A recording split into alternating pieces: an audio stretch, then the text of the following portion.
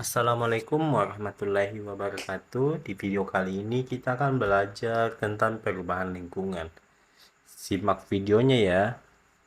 Perubahan keseimbangan lingkungan dapat diartikan sebagai perubahan yang terjadi pada lingkungan, baik karena faktor alam maupun faktor manusia, sehingga komponen penyusun ekosistem lingkungan itu menjadi tidak stabil.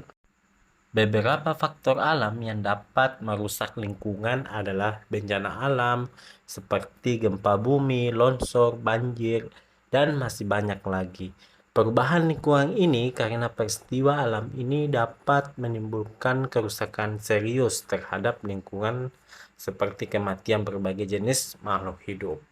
Akibatkan karena faktor manusia antara lain pembukaan lahan dengan menghilangkan beberapa komponen biotik pada suatu ekosistem, aktivitas pertanian dengan menggunakan pestisida dan pupuk kimia berlebih, eksploitasi sumber daya laut yang tidak ramah lingkungan. Dampak yang ditimbulkan terhadap lingkungan akibat beberapa aktivitas manusia adalah pembukaan lahan dengan menghilangkan komponen biotik pada suatu ekosistem, menyebabkan berkurangnya kesuburan tanah, terjadinya perubahan daur hidrologi, hingga punahnya flora dan fauna tertentu.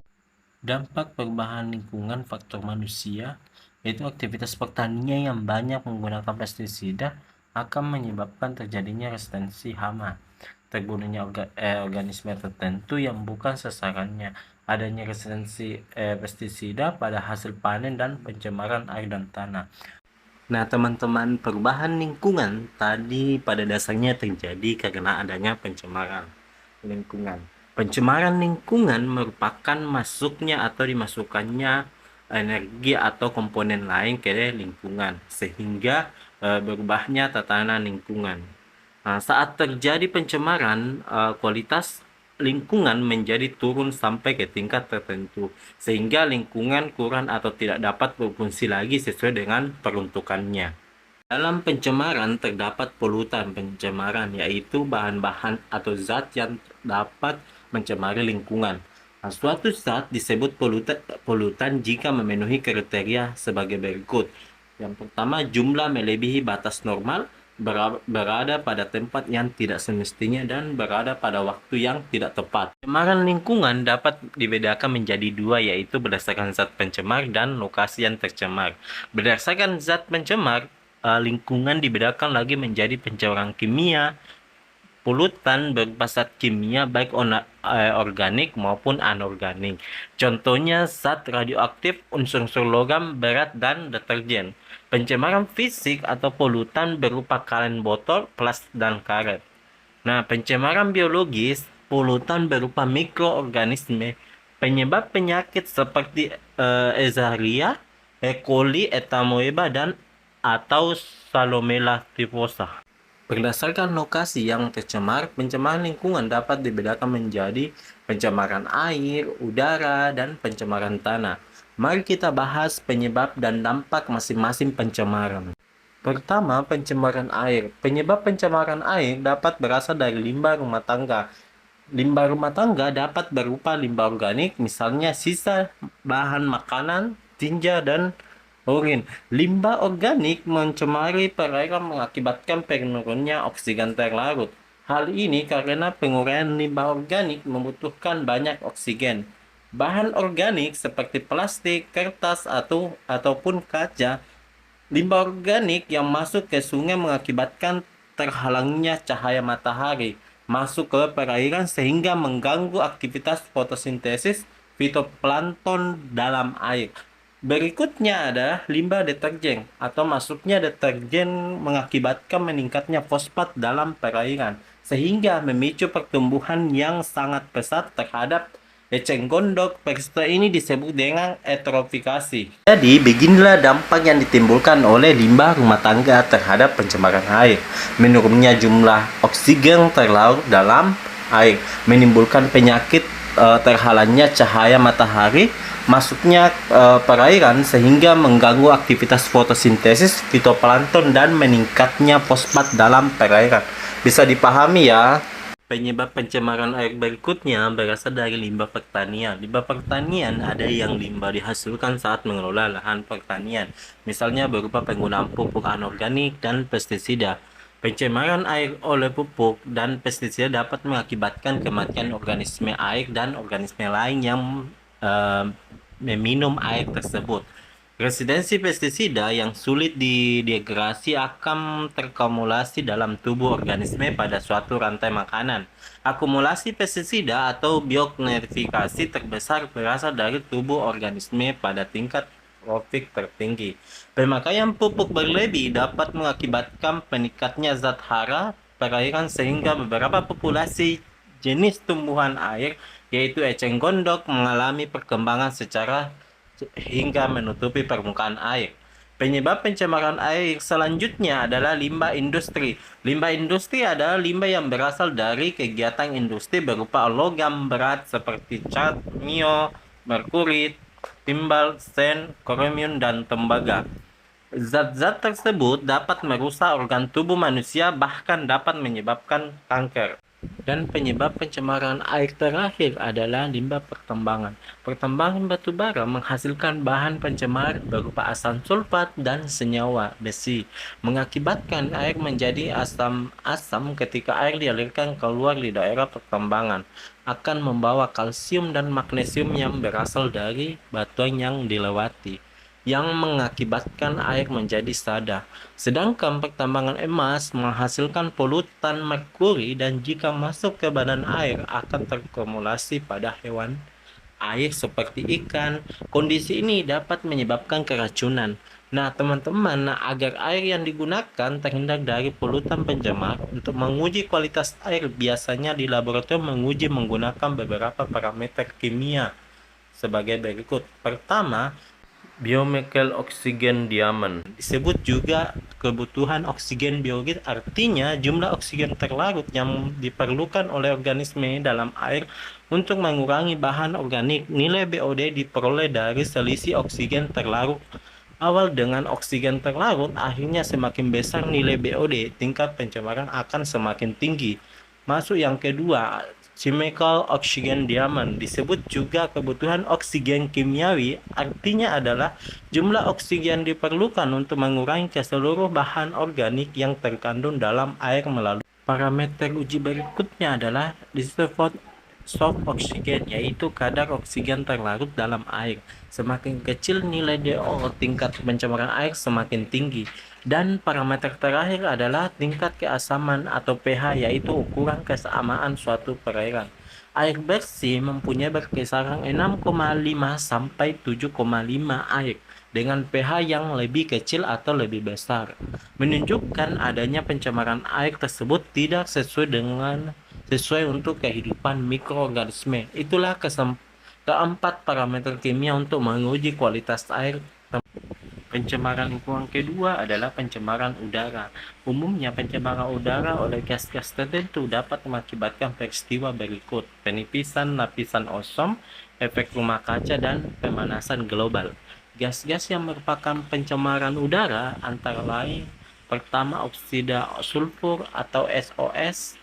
Pencemaran oleh oksidasi sulfur disebabkan oleh dua komponen sulfur berbentuk CaS yang tidak berwarna, yaitu iSO2 dan EOS3. Sulfur dioksida IS2 mempunyai karakteristik bau yang tajam dan tidak mudah terbakar di udara. Sedangkan sulfur dioksida atau EOS3 merupakan komponen yang tidak aktif.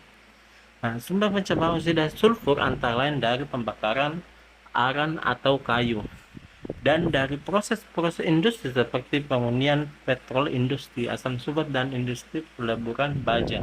Bagaimana oksidasi sulfur menimbulkan dampak negatif terhadap kehidupan manusia, hewan, dan tumbuhan. Nah, kerusakan pada tanaman dapat berupa matinya jaringan daun, sehingga terhadap manusia berupa iritasi sistem pernapasan. Gas pencemaran kedua yaitu karbon monoksida atau JON. Karbon monoksida merupakan senyawa tidak berbau, tidak berasa, dan pada suhu normal. Gas yang tidak berwarna, gas karbon monoksida atau CO, merupakan hasil pembakaran tidak sempurna dari mesin mobil dan mesin bakar lainnya, Selain berdampak langsung terhadap efek rumah kaca, gas CO yang masuk ke tubuh manusia dapat mengakibatkan gangguan kesehatan. Nah, gangguan kesehatan mempunyai kemampuan untuk bereaksi dengan hemoglobin sehingga mengakibatkan terhambatnya kerja hemoglobin dalam hambatan oksigen ke seluruh tubuh. Kondisi ini berakibat fatal seperti keracunan, gangguan pada jantung, memberung sirkulasi darah. Selanjutnya, gas pencemar komposisi atau CO2 dalam jumlah normal tidak bersifat polutan. Kandungan CO2 di udara dapat berlebihan akibat mengembangkan hutan atau pembakaran minyak bumi. Sejauh yang berlebihan mengakibatkan terjadinya efek rumah kaca sehingga suhu di atmosfer meningkat yang dikenal dengan pemanasan global. Gas pencemar berikutnya adalah klorin atau Cl2. Gas klorin ini atau Cl2 adalah gas berwarna hijau dengan bau sangat menyengat. Gas klorin ini sangat terkenal sebagai gas beracun. Nah, klorin dihasilkan oleh industri yang melakukan kolonisasi seperti industri plastik, industri kertas, pabrik pencucian atau tekstil, serta inspektan untuk air minum dan kolam renang. Freon atau CH yang sering digunakan dalam pendingin yaitu AC juga mengandung Cl2. Keberadaan gas Cl2 ini atmosfer dapat mengakibatkan penipisan lapisan ozon sehingga mengurangi fungsi lapisan ozon sebagai penampilan sinar UV. Juga dapat mengakibatkan iritasi pada mata dan saluran pernapasan. Pencemaran kelima yaitu oksidasi nitrogen atau NOx. Oksidasi nitrogen atau NOx adalah kelompok gas nitrogen yang terdapat di atmosfer yang terdiri dari nitrogen monoksida atau NO dan nitrogen dioksida atau NO2.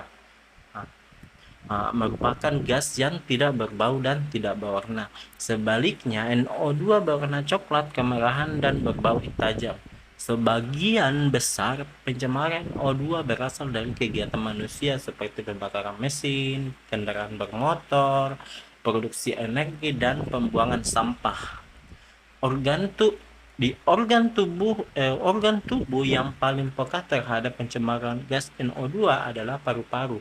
Paru-paru terkontaminasi gas RO2 akan membengkak sehingga penderita sulit bernapas sehingga mengakibatkan kematian. Keberadaan gas NO2 lebih dari 1 ppm dapat mengakibatkan terbentuknya zat yang bersifat karsinogen, yaitu penyebab terjadinya kanker. Selain itu, pencemaran oleh gas NO2 akan mengakibatkan terjadinya hujan asap, dapat menyebabkan kematian pada hewan dan tumbuhan. Selanjutnya, gas pencemar hidrokarbon atau CXHY. Hidrokarbon adalah bahan pencemar udara yang dapat berwujud gas cair maupun padatan. Hidrokarbon yang berwujud gas akan tercampur dengan gas hasil buangan lainnya. Apabila berwujud cair, hidrokarbon akan membentuk semacam kabut minyak. Sedangkan jika berwujud padatan akan membentuk asap yang pekat dan akhirnya mengumpal menjadi debu. Sebagian bahan pencemar udara gas hidrokarbon dapat berasal dari proses industri yang diisikan ke udara seperti industri plastik, pestisida, dan karet. Selain itu, hidrokarbon dapat juga berasal dari sarana transportasi dan aktivitas geotermal seperti eksplorasi serta pemanfaatan gas alam dan minyak bumi. Keberadaan gas hidrokarbon ini dapat menyebabkan penyerapan oksigen tubuh berkurang karena dan oksigen tubuh berkurang karena darah akan mengikat gas tersebut. Apabila terhirup gas hidrokarbon dapat menyebabkan iritasi pada membran mukosa paru. Dan gas pencemar udara terakhir adalah partikel debu. Partikel debu dapat berasal dari debu tanah kering yang terbawa angin ataupun letusan gunung berapi, pembakaran batu bara yang tidak sempurna, dan asap kendaraan bermotor. Partikel debu berada di udara dalam waktu yang relatif lama, dapat masuk tubuh manusia melalui saluran pernapasan, iritasi mata, serta mengurangi jarak pandang mata. Partikel debu juga dapat mengurangi intensitas sinar matahari ke bumi. Nah, pencemaran lingkungan ketiga adalah pencemaran tanah. Pencemaran tanah dapat disebabkan oleh zat sisa atau sampah berikut. Nah, sampah berikut berupa limbah domestik, limbah industri, dan limbah pertanian. Pertama, limbah domestik dapat berupa limbah padat dan cair berasal dari daerah pemukiman penduduk, perdagangan ataupun pasar atau tempat umum kelembagaan, misalnya kantor, pemerintahan dan swasta serta tempat wisata. Penyebab pencemaran tanah kedua adalah limbah industri. Limbah industri dapat berbentuk padatan dan cairan. Yang limbah industri yang berbentuk padatan berupa lumpur, bubur, atau berasal dari proses pengolahan, misalnya sisa pengolahan pabrik, kertas, rayon, ataupun pengawetan buah dan ataupun daging. Yang kelima, industri yang berbentuk cair merupakan hasil pengolahan dalam suatu proses produksi, misalnya sisa-sisa pengolahan industri, pelapisan logam, dan industri kimia. Penyebab pencemaran tanah berikutnya adalah limbah pertanian. Limbah pertanian merupakan sisa-sisa pupuk sintesis atau penyuburkan tanah, misalnya pupuk urea, pestisida, pemberantasan hama, tanaman. Sampai di sini teman-teman bisa ya dipahami. Untuk mencegah lingkungan kita dari pencemaran, kira-kira usaha apa saja yang dapat dilakukan? Pertama, usaha yang bisa dilakukan untuk mencegah pencemaran air antara lain menetralkan limbah industri dengan membuat instalasi pengolahan limbah atau membuat penampung limbah rumah tangga yang berupa tangki resapan, atau memilih sabun mandi, air deterjen yang kandungan bahan efektifnya itu mudah diuraikan. Kedua adalah usaha untuk mencegah pencemaran udara antara lain melakukan penghijauan atau reboisasi, menekan rasio laju pertambangan kendaraan bermotor, mengurangi penggunaan alat yang mengandung tidak terkontrol, menciptakan kawasan bebas asap rokok. Dan upaya untuk mengurangi pencemaran tanah adalah mengurangi bahan pencemar dari sumbernya untuk mencegah dampak lingkungan yang lebih berat, misalnya dengan menerapkan prinsip ramah lingkungan, melakukan bioremediasi, yaitu proses mengurangi limbah polutan menggunakan organisme, mengurangi jumlah limbah yang dihasilkan oleh industri terutama yang mengandung zat kimia. Selain mengurangi pencemaran lingkungan, kita juga dapat melakukan pengolahan limbah agar kualitas lingkungan tetap terjaga optimal. Berikut ini adalah pengolahan limbah berdasarkan jenis limbahnya. Pertama, limbah organik. Limbah organik merupakan limbah yang berasal dari jaringan tumbuhan makhluk hidup. Limbah organik ini dapat diolah menjadi kompos melalui kegiatan komposting dengan bantuan mikroorganisme atau pengurai. Kedua, limbah anorganik. Limbah anorganik ini adalah limbah yang tidak dapat diuraikan oleh proses biologi. Limbah ini dapat dijadikan sampah komersial untuk dijadikan produk yang berjual beli. Berikutnya ada limbah yang berbahaya dan beracun.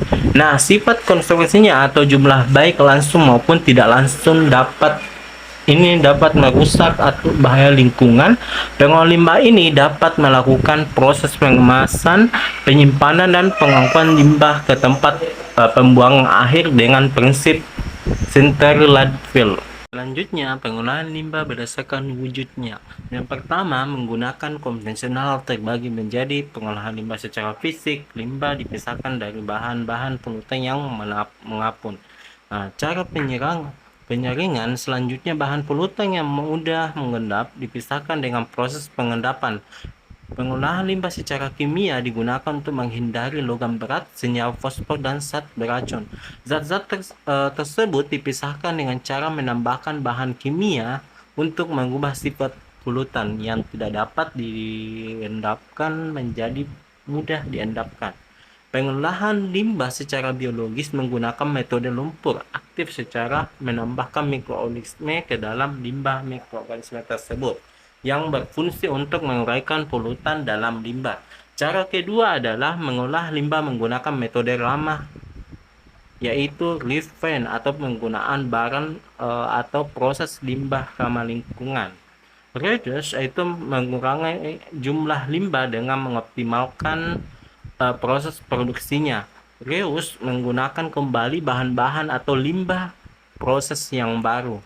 Recycle mendaur ulang barang tak terpakai sehingga bisa dipergunakan lagi.